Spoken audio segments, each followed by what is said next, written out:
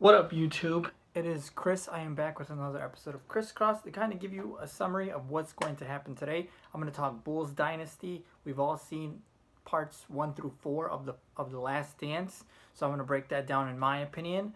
The NFL Draft was this past weekend. I want to give you my opinion on that. The NBA, is it coming back or not? MLB 100 games, and I'd like to end my topic with some shoes to talk about. Enjoy. All right, so first I want to talk about the NBA because we know that the NBA made an announcement saying that in some states that the quarantine or the social distancing has kind of like eased, they're going to bring them back. They originally wanted to bring them back May 1st, but the Atlanta Hawks said no, so they're pushing it back to May 8th. Now, look, this is me as a humongous basketball fan. I just want to say that it's great the NBA is planning to come back, especially during these times where literally all NBA is doing is just playing old games, and to be honest, they're playing a lot of the same games. I've seen the Miami Heat 2013 finals like 15 times in like a 3 week span. It's getting annoying, and to be honest, I want basketball back, and that's just my honest opinion. I want basketball back. I want it back as quickly as possible, and I think this is a great idea. Coming back May 8th, just going to training facilities, getting some training a little bit for some players who haven't, losing some of that weight. I'm thinking they're going to bring back training camp within the next month, within the end of the month of May, probably training camp or something's going to happen. That's just my 2 cents on it. I'm really excited about this. I'm not confident it's going to work out. It's very, very unpredictable. Everybody's making assumptions every day. We're all living day by day, listening to the news, listening to the governors and the presidents of just what their opinion is. I'm hearing, at least in Illinois, stay at home is until May 30th. I mean, that's kind of crazy. I mean, Florida, their beaches are open. Some beaches in California are open. Everything is different.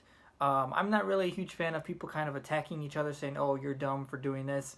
I'm pretty sure those people are taking precautions. It's not just like people are just gonna go out and just be crazy people. So it's just keeping your distance. Going out. Nothing's wrong with going outside, and going for a jog or something. Nothing's wrong with taking a walk. People aren't going to the beach to kind of just all hang out in a big group and just whatever. If you've seen the beaches, at least seen videos of them, nobody's really together. The people are still kind of separated. I mean, people go with their family members, and even though they're not, everyone's going into the same body of water. It's different. But anyways, going back to my NBA rant, I think it's great. I think we need basketball back.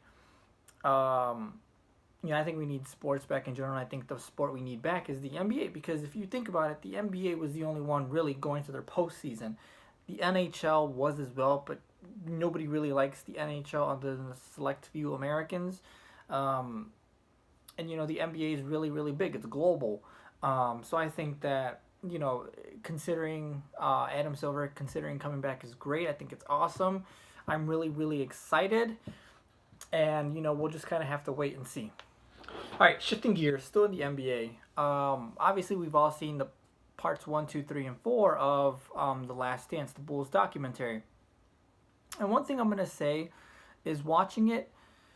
Being a huge basketball fan, just loving basketball, I love watching it because it's fun to watch, and literally, it almost feels like the whole world is watching it. At least whoever I follow on Twitter is watching it.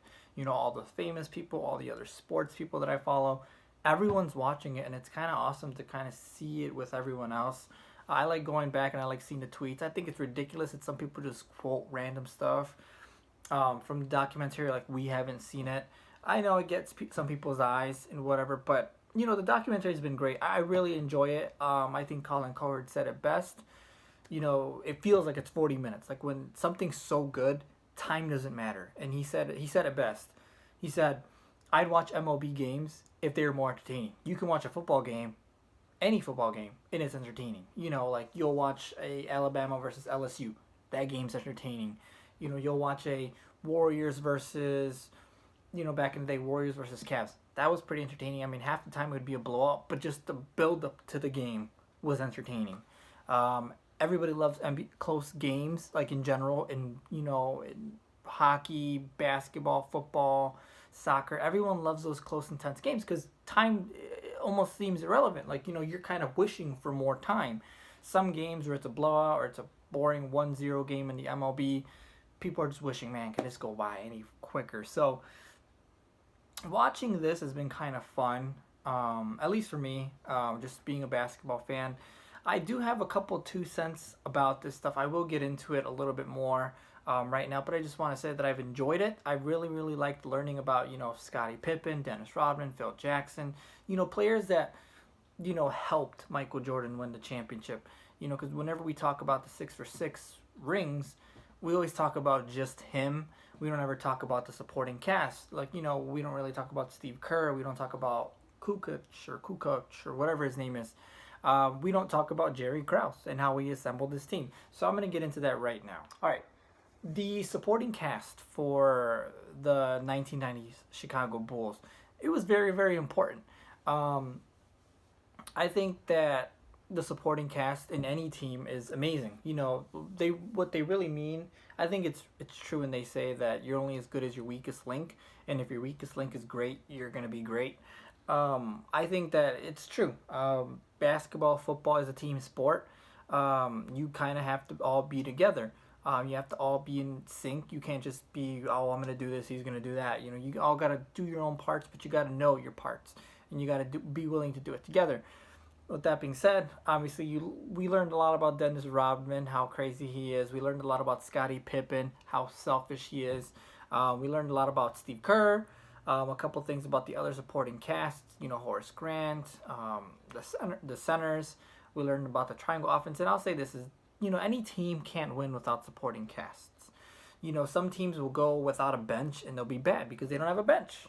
They don't have anybody to take the air off for some players. And I think having a bench is very important. I think having a team in general is very, very important. One player can't do everything. That's one thing I love, but I don't love about my guy LeBron. So the one thing I'll say about, obviously, it's a team sport, especially basketball. Stars can really take you far, but, sometimes your supporting cast will take you.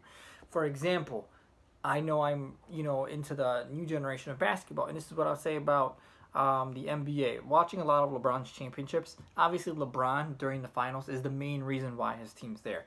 Sometimes it's the only reason why he's there. But if you think about it, and what I saw was in the 2013 NBA Finals, Shane Battier, Mike Miller all had good quarters. They had good quarters. They had good stretches. They had a good 5 minutes where they hit 2 threes. J.R. Smith in the finals at halftime, Game 7, came out with 7 points, 7 big points to kind of bring them back into the game. You need those players. The star player can't be making every basket. So I think the supporting cast is really important. And I think that's why Scottie Pippen, in my opinion, is my favorite Chicago Bulls player, because he's the Rock. You think about it, Michael Jordan never won before Scottie Pippen. Michael Jordan never had a winning record. He might have. I'm pretty sure he had maybe one winning season without Scottie Pippen, but I'm pretty sure he had a losing record without him. Dennis Rodman, when he came, obviously he was a huge key part to their second three-peat because he was rebounds. He didn't care about scoring. He let Michael have scoring. He'll take the rebounds, and that's what made that team so good, is that they knew their roles. And I think that a lot of people kill athletes nowadays because they go, oh, he has to do it all on his own, or oh, he has to prove this, he has to prove that. No, nobody has to prove anything. It's a team sport.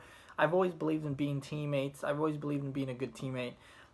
Supporting everyone on the team, no matter if it's the first person or the weakest person. You have to support them, and I think that's what I took away from the Bulls documentary. That's just my 2 cents on it. All right, going to the whole winning stuff. Obviously, before Michael Jordan and all those other players came, the Bulls are known for losing. They knew how to blow leads. They are the Phoenix Suns or the Minnesota Timberwolves of today. The teams that, have these really good players. They score a lot. They're stat stuffers, but they don't come out with wins. And this is the one thing that I found funny is, Doug Collins, one of my favorite NBA analysts, he was the coach. Excuse me. He let Michael Jordan take all the shots, right? His offense was built off of Michael Jordan taking every single shot. Now, look, that's great. Michael Jordan scored 37 points one year. Obviously, that's what D'Antoni's doing right now with James Harden. It's great, but it's also demoralizing to teammates because you think about a teammate to go, oh, he's going to get the ball, he's going to get the ball. It destroys the team. I mean, to be honest, I went through it this year. I gave the ball to my best players' hands just about every single possession. We started off great, but at the end, when we needed team members to come up, we didn't have they didn't have those reps. They couldn't make those big shots when it was counted on them. So I think team basketball is really, really important. And also going back to the whole Doug Collins, I really like Doug Collins. You know, Phil Jackson and whoever that guy was, I forgot his name, that showed him the triangle offense. I like the triangle offense. I was watching a little bit more on the triangle offense.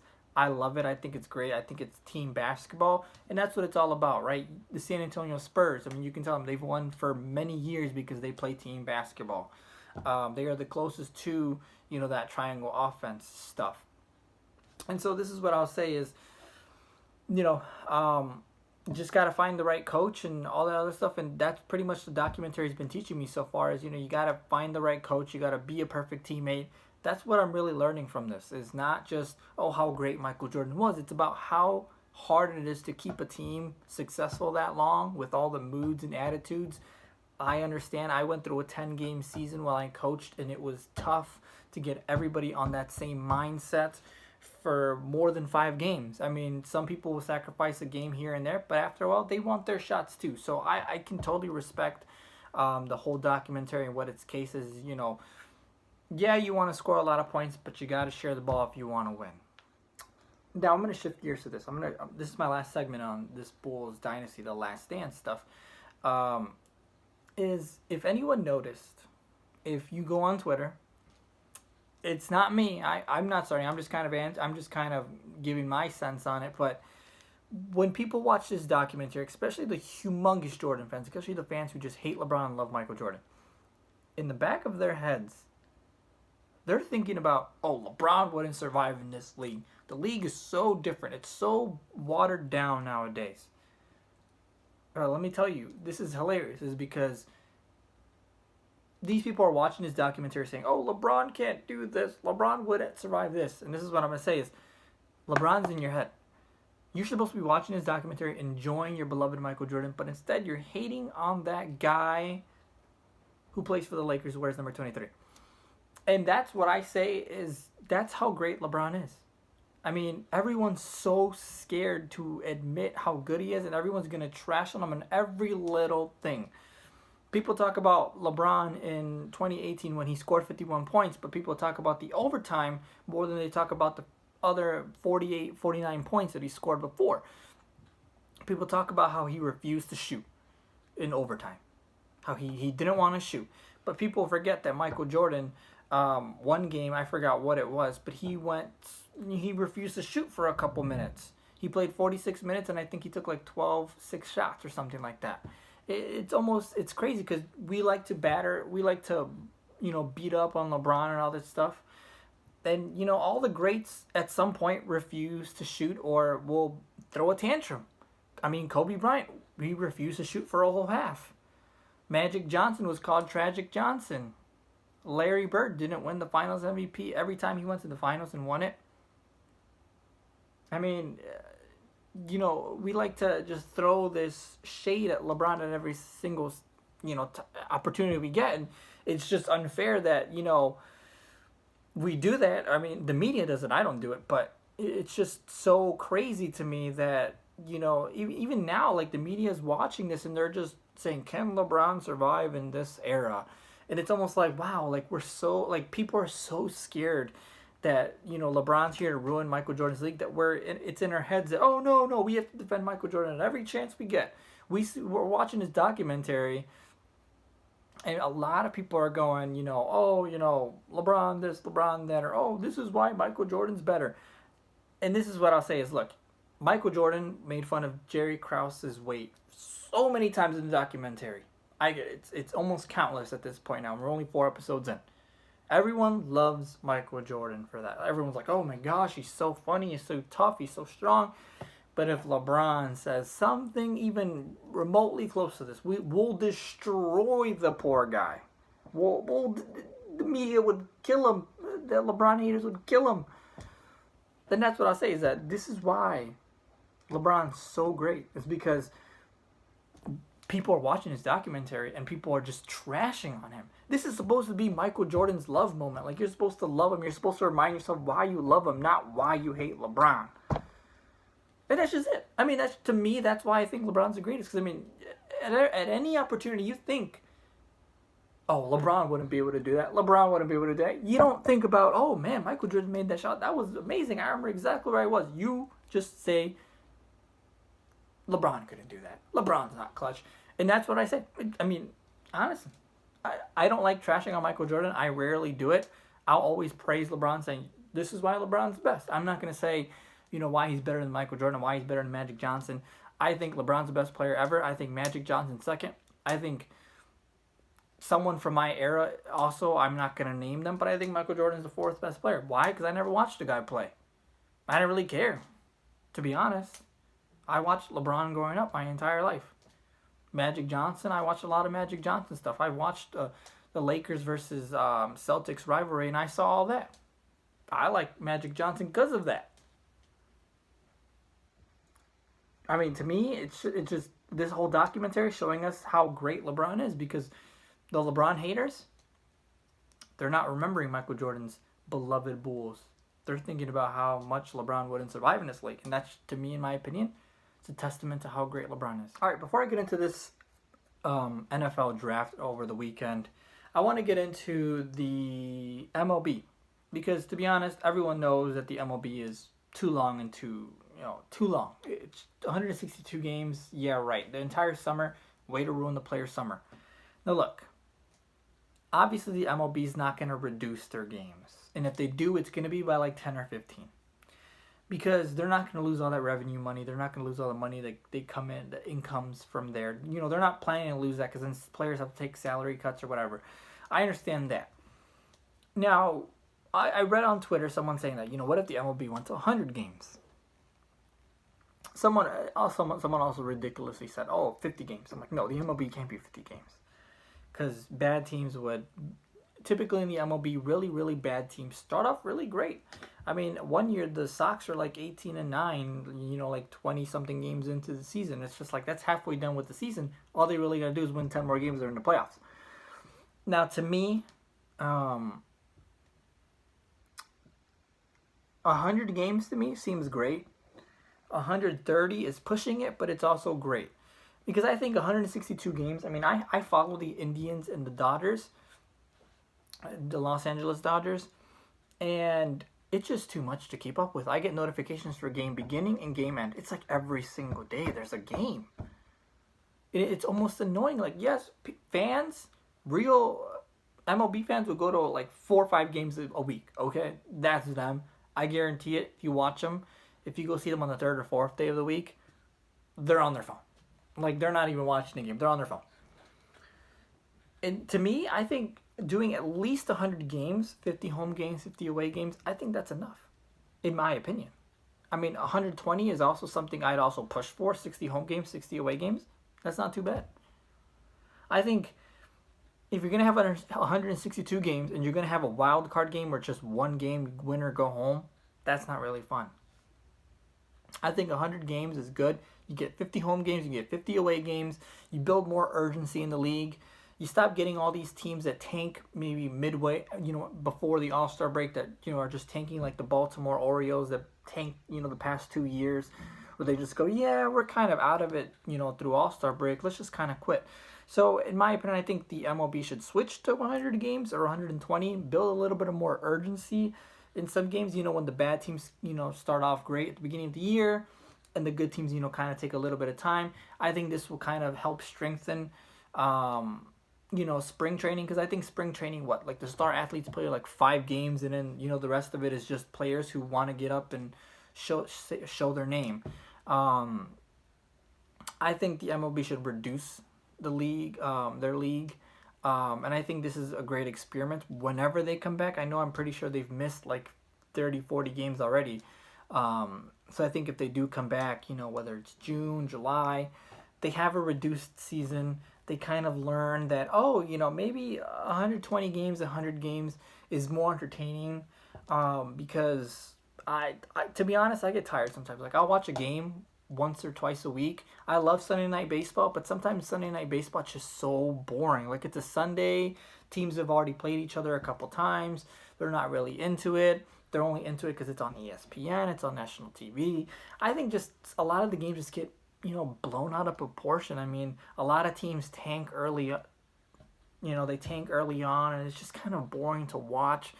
And to be honest, that's just my opinion. I just think that 120 or 100 games in general benefits the league, benefits the fans, because I think more fans are going to want to go to games because maybe they're 60 games into it and their team's fighting for a playoff spot and they're just, really into it. You see Sox stadiums, towards September, October, September, August, it's empty. I mean, at the beginning of the year, it's full, it's packed.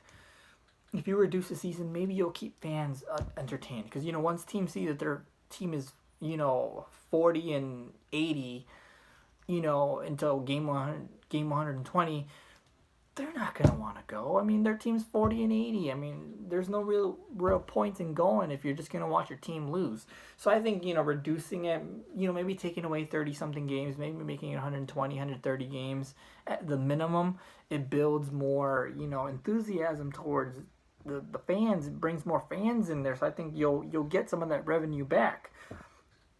I don't know. That's just my opinion. All right, the NFL draft. I saw day one, and this is what I always do. I always watch day one, and that's it. Because it's the first rounders, that's it. I think the NFL draft is too long. I think drafts in general are too long.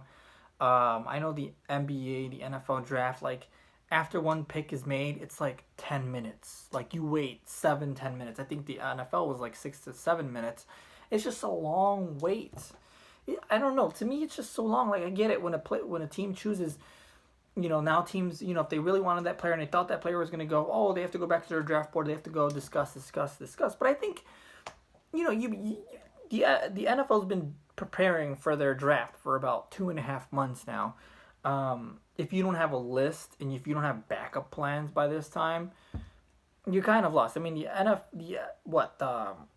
the college season ends early January, but it's only 2 teams in January. It ends realistically in December.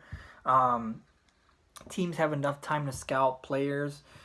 The fact that you have 2.5 months and you need 7 extra minutes to kind of decide, it's just a little too much for me. I mean, I think reducing it to 5 or 4 minutes to kind of keep it going, keep people entertained. Because, they'll be talking about a certain football player for like 8 minutes, and then next, oh, here's the next pick. And then, they'll be talking about that player for the next 8 minutes. So I think, in my opinion, the NFL draft, it's a little too long for me. What was it, an hour and 30 minutes into the draft, and it was, we were in the 10th pick. It was just too much. It was just too much. All right, shifting gears now to the actual NFL draft. A lot of the things that I liked, Jalen Hurts to the Philadelphia Eagles, second round. I wasn't surprised Jalen Hurts got drafted in the second round. I was actually surprised he didn't get drafted a little bit earlier. I think it was the 53rd pick to the Philadelphia Eagles. I like this pick because Carson Wentz is always constantly hurt. You need a good backup. The Eagles are kind of a little spoiled with Nick Foles for 2 years as a backup that, kind of really did some damage. So I think, Jalen Hurts is a backup just in case Carson Wentz gets hurt, or if Carson Wentz is ever like, bruised knee or something, Jalen Hurts can step in for a game, give him some reps. I don't think they're building for the future. I think it's just a good pick to, give Jalen Hurts some couple reps, for the next 2 years, make him his trade bait. I like this idea for the Philadelphia Eagles to kind of make him competitive, give Jalen Hurts some reps, make him enticing for trade bait in the future for another team at some point. I like it. I like Jalen Hurts. I liked him when he was at Alabama. I like that he had his screensaver was a picture of him, losing the national championship. So, that's competitive spirit. I like that. Tua to Miami. Again, Tua's had injury history, but Tua, to be honest, I mean, as a lefty, I love my lefties. I love Tua. He's probably one of the smartest quarterbacks in the league. Very, very consistent quarterback. At least for the past 2.5 years, he was very, very, very, very consistent. Unlike, the whole Joe Burrow, miracle season that came out. I like it. I'm really happy for Miami. I have a soft spot for Miami because LeBron played in Miami, so I got to keep that Heat culture. Um, but the Dolphins did well. I mean, everyone was saying the Dolphins didn't want to draft him. This Dolphins ended up drafting him, so it is what it is. I like Tua. I think it's a good pick. I don't think now it's gonna work. Like at least for this year, it's not really gonna be great. I think maybe in the next 2 to 3 years, it's gonna really start to show itself. Moving on to Jordan Love to the Packers. Well, this one struck me because I thought Green Bay was trading up to get a wide receiver. I mean, they were starting to take wide receivers at that point. I think San Francisco took a wide receiver, and then Dallas started taking wide receivers, and other teams started taking wide receivers. So the wide receivers are starting to kind of really show up in the draft board, especially teams who pick later on. They are not really looking for a quarterback, so they were kind of drafting receivers, linemen, and all that other stuff. And Jordan Love to the Packers was surprising because I think that he makes a good quarterback. I mean, who was it? The Packers didn't draft DeShone Kizer, but they used him as a backup one time, and he was just absolute crap. So I think Jordan Love is kind of like insurance, like just in case Aaron Rodgers gets hurt this year, because it sometimes happens to quarterbacks in the league. We have a backup. We have a decent backup who can throw, who has a strong arm, who's very athletic. I don't really know much about Jordan Love. I just kind of saw some tape on him. Heard about what the analysts said about him. He's fast, and I kind of like that out of him. I think it's a good pick. A lot of people are saying, oh, Green Bay is rebuilding for the future. Again, Aaron Rodgers has been hurt before. It's just like Carson Wentz with Jalen Hurts. They're just kind of looking for some insurance just in case their quarterback gets hurt. Moving on to San Francisco, though. San Francisco drafted a DT in their first pick and then a wide receiver. I like this because they were trying to bulk up their defense and draft a wide receiver who was pretty good. And in college, I'm really losing track of their names right now. But drafting wide receivers, drafting some at least stuffing the defense a little bit helps just in case there's injuries. San Francisco had a ton of injuries last year. I can see why they're kind of drafting sort of defensive players to kind of help bulk up the defense. Drafting some wide receivers to give Jimmy G some help. And I just like that pick. I really liked it. I didn't really have any problems with San Francisco's draft. And I'm really looking forward to that. Moving on to the Browns, a team that, surprised. I heard they, kind of are turning a corner. They drafted their needs. They drafted linemen. They drafted defense. Something to help Baker out. I really like it. There's no excuses for the Browns this year. It's Baker's year 3. He's got Odell. He's got Landry. He's got Garrett on the defensive side. He's got Nick Chubb. I think Nick Chubb is still there. He's got all these guys. He's got weapons. Browns, if you don't have a winning record, that's on you. All right, for my last segment, I've been kind of going on a rant about sports. I want to go into shoes. So, obviously, you guys know I'm a huge LeBron fan. I love buying LeBrons. I mean, that's just who I've always been for the past 4 or 5 years. Just buying pairs of LeBrons. I thought LeBron's earlier pairs were ugly. I had a friend in high school, which was well back in 2014, when LeBron had his 10s or 11s out. To me, those were really ugly shoes. I just didn't like them. I thought the design was bad. They were kind of heavy for my liking. So, I've been buying LeBrons, and obviously his 17 lows, which are basically my favorite lows. I mean, every year his lows always impress me. Starting since 13, the 13 lows, the 14 lows are good, but not really. The 15 lows were, oh my gosh, I love them. 16 lows, I only have one pair. Love the pair. Love the fit. 17 lows, I love the pair. They're a little snug, a little tight, but they feel nice. I haven't really gotten to worn any shoes in a while because I've been inside a lot. But anyways, I want to get into some pairs of LeBrons, which basically are the 17s.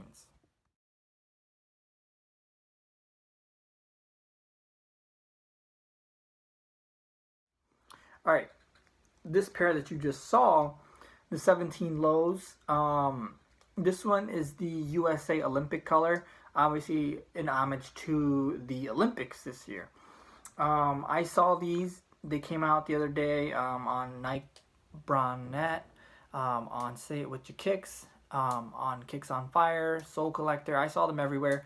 Really nice color. I obviously saw like the fake versions of them on like a beat up website somewhere else. They didn't have the on the back LeBron has his crown. They were just white. Um, but this one has like the Olympics, like the little circles of the Olympics, the colors of it, and I thought it was really nice. I thought it pays good homage. I mean, LeBron was supposed to play in the Olympics this year apparently, but I guess that's not going to happen. I really like them. They don't have the fur, so that's nice. But in my opinion, I just really like them. Not really much to say about them. I mean, you guys saw the pictures. Let me know if you like or dislike. All right, this next pair I'm about to show you. It's the pair that I've wanted for a while now. So I've been fighting between myself, being home a lot, being on my computer a lot, kind of doing schoolwork or whatever point. I'm not doing schoolwork. I'm literally looking at those exact same pair of shoes, thinking if they're worth it or not. The LeBron 17 Low Metallic Gold have been something I've like wanted just because of the gold.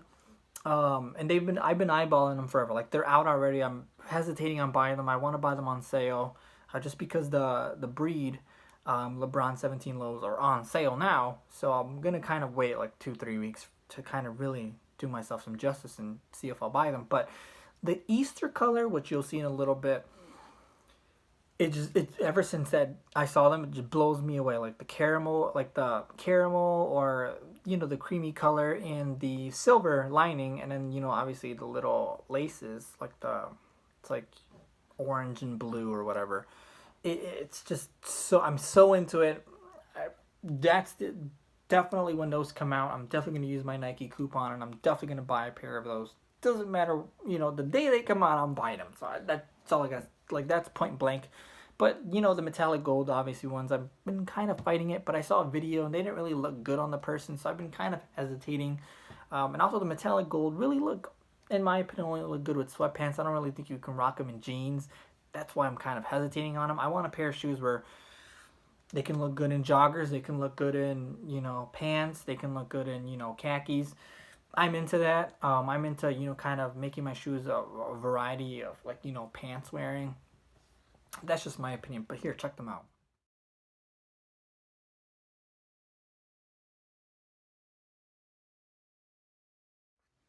All right, so this is going to conclude my show. I know it's been a while since I was last back. And again, I'm going to say this again. I'm going to apologize to my friend Aaron. I couldn't get the episode up. I tried so hard to get some volume. I know you have a copy of the episode. I'd love for you to send it to me if you watched this video that far. It's I thought we had a really good talk back in March 30th. I really want him to upload the video or at least send it to me. I know he had some complications sending it to me.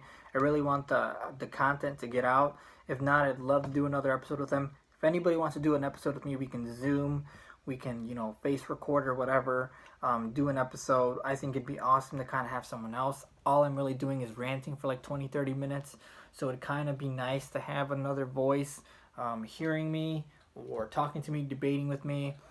I'd really like to get a Skip and Shin kind of episode out, where we just kind of argue back and forth. So I'm really into that.